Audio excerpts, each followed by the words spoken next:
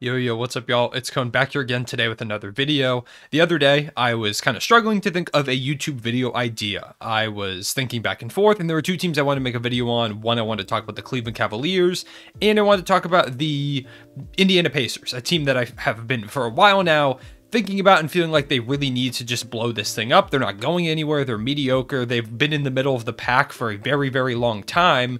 And finally, a report comes out today from Shams that says that the Pacers are blowing it up. They're listening to offers on Miles Turner, LeVert, Sabonis. I'm sure they'll listen to offers on other guys like a Jeremy Lamb. They can't trade Malcolm Brogdon because they just extended him, so maybe he'll get dealt in the offseason, but for right now, he's stuck.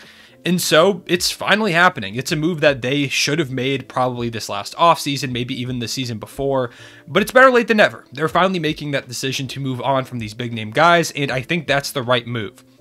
They tried to bring in a coach like Rick Carlisle to try and win now. They've got a lot of talent on that roster. It just doesn't work. And it's felt like that's been the way the Pacers have been for a while, where they have all this talent. They just can't figure out how to bring it all together. It doesn't work quite properly. You've got a guy in TJ Warren who's supposed to be part of this team that maybe could also be in a trade, but he hasn't shown up in an NBA game in a very long time. It's felt like 3 years since I've seen TJ Warren play. And so it's just come. The time has come. Miles Turner is a guy that a lot of teams have thought about trading for, someone that's come up in a lot of trade rumors. Not much for Sabonis, which is kind of the guy that I'm really interested in. But I kind of just want to go through maybe some of the fits and kind of where I'm at on each of these guys. The first guy I want to talk about is Miles Turner, because I feel like he's the most attractive asset that the Pacers have right now. And you might be kind of like, that's weird, because Sabonis is, you know, an all-star caliber player. He is their best player. But at the same time, I don't know if Sabonis fits on as many teams seamlessly the way Miles Turner does. I also think Sabonis would be much more expensive to get. Miles Turner, I feel like you could get for maybe like a young player, some salary, and maybe like a pick or two. I feel like that's a pretty fair value for Miles Turner, a guy who can block some shots, shoot the three ball. He is the ideal center for the modern NBA. He can stretch the floor, he can play great defense, and any contending team is going to want him on their roster. And not just contending teams. I think any team in general would love to have him on their team. Now, if you're looking at options, maybe like the Golden State Warriors, a team that are really just a center away from having one of the best starting lineups in the NBA. Maybe they are willing to deal like a James Wiseman. Maybe they're willing to give up on Kuminga or Moses Moody. The problem is, of course, making the contracts work. Now, Miles Turner isn't making a crazy amount of money or anything, but with kind of the way that their roster is orchestrated, it would be hard for them to make a move. So that is something to consider. With that team, they'd have to throw in like a Kuminga or like a James Wiseman. And with the way they've been playing, maybe they don't want to mess anything up, even though I do think Miles Turner would make them even more of the favorite than they are already right now. Once Clay comes back, I think it would be a huge pickup for them, but maybe they don't want to mess up that chemistry. Other teams like the Milwaukee Bucks, but the Bucks don't have a great way to make the salary work either. The Toronto Raptors, I saw a lot of Raptors fans. Now, they're not a contender or anything, but they are a team that I know a lot of. I've seen a lot of Raptors fans tweet about him. I do follow a lot of Raptors fans for some reason. The Lakers, of course, would love him on their team, but I really don't see a way they make that happen unless Talen Horton-Tucker is a player that the Pacers are interested in. And if that is the case, then maybe they can make that move happen. For me personally, I would love him on the Oklahoma City Thunder. I know that's probably what a lot of you are curious about. I probably put that in the thumbnail because I know a lot of Thunder fans watch this channel, of course, but I would love him on the Thunder. I think he'd be a perfect fit for this team. Desperately needs some rim protection and desperately needs some floor spacing. He provides both of those things. He's cheap. I don't think it would be too hard to go out and get him, probably like a young piece or two to make up kind of that salary. We also have a lot of salary cap space, so we don't have to quite equal his salary, which is a huge plus for us because we're way under the cap. We could throw in a pick or two. We've got like 50 of them, so that's not that big of a deal. Maybe like a Suns and a Nuggets first that we have coming up, and maybe that gets the deal done. So that's something that I'm sure Sam Presti will probably consider, because center is probably one of the weakest positions on our roster right now. We do have Mike Muscala, who's a good floor spacer. We have Jeremiah Robinson-Earl, who's been really solid as a rookie, but I do think Miles Turner is a guy that could come in and bring a whole new dimension to this team. We're already a pretty decent defensive team. Ignore the fact that we gave up 150 points to a John Morant-less Grizzlies team. Overall, over the course of the season, we've been a pretty solid defensive team, and I think Miles Turner builds on that identity. Once again, like I said, giving us someone that's a shot blocker. We don't have any really true centers on the roster. Like Derek Favors is smaller, JRE is only 6'9". Mike Muscala is tall enough, but he's more of a floor stretcher, not really a defensive presence down low. So Miles Turner fills those holes. A lot of Thunder fans are kind of like, I really don't want to give up assets for that. And I do understand we're still very early in our rebuild, and some people are concerned that he might hurt the tank a little bit. And while I do think he makes this team much better, I still don't think he's going to do anything that causes us to miss out on a potential top 5 pick. I don't think he's that much of a needle mover right now, but I do think he fits this team's identity, and he's just a perfect player moving forward. Of course, whatever team does trade for him is going to have to pay him coming up, which is something that is concerning because, like I said, he's a guy that a lot of teams are going to want, and so teams are going to be willing to throw money at him. So if you do trade for him, you've got to be prepared to pay for him, and that is something that could turn a lot of teams away. But I do think Miles Turner is a player that could fit on any team that I feel like you could get for pretty cheap, maybe like nothing crazy or anything like that, but I think cheap enough. The Nets are another team that comes to mind that desperately need a center. I don't really know how they make it work. I don't think they can really make the salary quite work, but that is something to consider if you're the Brooklyn Nets, of course. I think the Pacers are going to get a million calls, and that's part of why this Pacers kind of blowing it up thing is super interesting to me, because they do have a lot of players that I think are super interesting to a lot of different teams. We go on and look at like a Karis LeVert.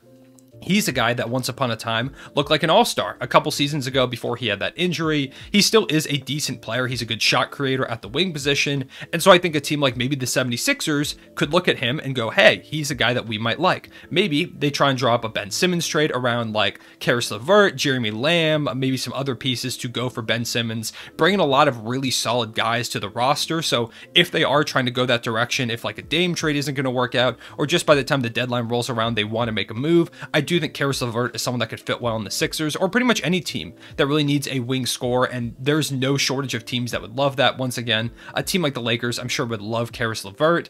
I don't see a way that they really get him unless THT is the guy that the Pacers are kind of looking at, but is something to consider for any contending team.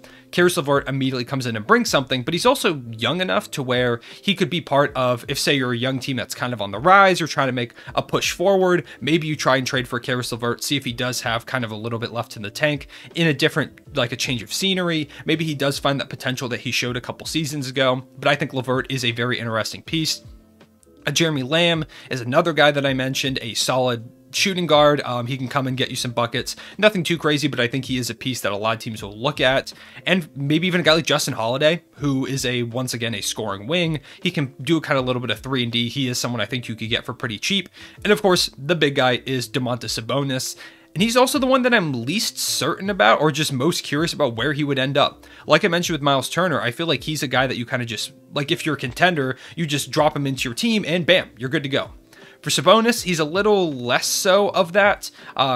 There's always the question of, is he more of a center? Is he more of a power forward? He's not a great floor stretcher. I do think he has the potential to improve that a little bit. And if you give him a roster that has a lot of talent and some elite people that can kind of create shots for him, just for hypothetically, say you throw him on a team like the Chicago Bulls, for example, because I have seen some Bulls fans say, let's try and get Domantas Sabonis. Say you throw him in that roster and you've got like Zach LaVine, DeMar DeRozan, Lonzo Ball, guys that can get him open looks. I do think maybe Sabonis could become more of a solid three-point shooter if he kind of worked on that part of his game and he had some other guys to take some of that pressure off of him.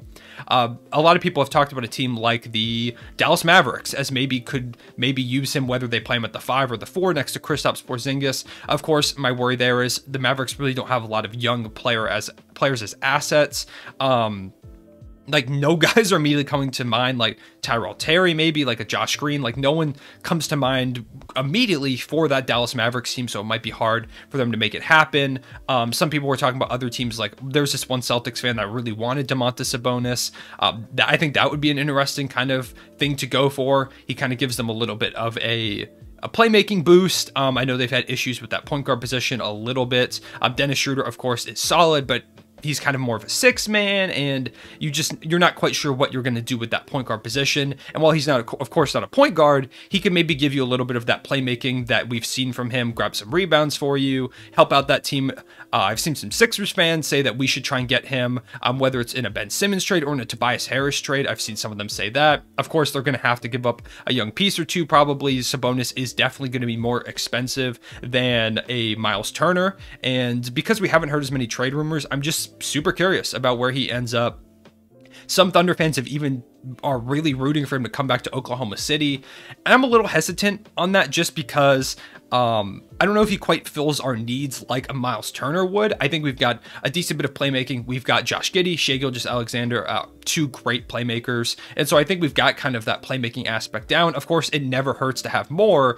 But he, like I said, he's not a great shooter, and we're one of the worst shooting teams in the league. Shai kind of needs the floor spaced a little bit, as does Josh Giddey. And so bringing in a guy like Sabonis that could clog that up a little bit isn't the most enticing thing. Of course, he's also not a huge rim protector like a Miles Turner would be. He's not as good of a defender, which is something that we're kind of trying to build on as our identity. So while I do like Sabonis, and if he does end up in Oklahoma City, I would be happy with it, assuming the package isn't anything insane or anything like that. But I don't quite see him on the same level as Miles Turner, especially since we'd have to give more up, and him being an all-star, he could more immediately raise our ceiling, while Miles Turner might have more long-term potential with the fit of this roster. Sabonis is a really solid player, and I do worry about him maybe elevating us too far out of the pick range that we want to be in. So I'm not quite sure about that. Some other destinations that people have talked about for him, the Portland Trailblazers, if they do want to make a move to try and keep Dame, say they want to try and bring in some playmaking, just kind of switch things up a little bit. They bring him into Portland, trade him for like a CJ McCollum and see if that works. San Antonio is a team that a lot of people have brought up as well. In my comments, I tweeted out asking him where people thought he should maybe go. People said Golden State. I don't see any way he ends up in Golden State unless, of course, they are willing to part with like a Wiseman, and they could be, but I don't know if he quite fits their identity that they're going for. So yeah, that's kind of my thoughts. One Timberwolves fan wants him. I don't know how they get that move done, but you know, it's interesting to think about. The Charlotte Hornets are a fun destination for either of these two guys. I think Miles Turner or Domantas Sabonis, either of them could be really fun in Charlotte. Of course, I made a Hornets video just a couple days ago, which if you didn't see, you should go check that out. I really enjoyed making that one, and not a lot of people saw it, so go check it out if you missed it. But I was talking about how I thought they were kind of a solid center away from being a really good team, or an all-star level player away from being a really good team. And so when you kind of look at that, there are these two options here, whether you bring in a Miles Turner to try and be that defensive center that you don't really have at this point, stretch the floor, space things out for LaMelo Ball, Miles Bridges, two guys who are great at attacking the basket, or you bring in a Domantas Sabonis who kind of just adds to this fun dynamic. I'm sure there would be some awesome alley-oops between him and Miles Bridges, just a lot more highlight plays. So either way, I would love to see the Charlotte Hornets kind of consider that. People are saying like the Wizards. I don't necessarily know that a lot.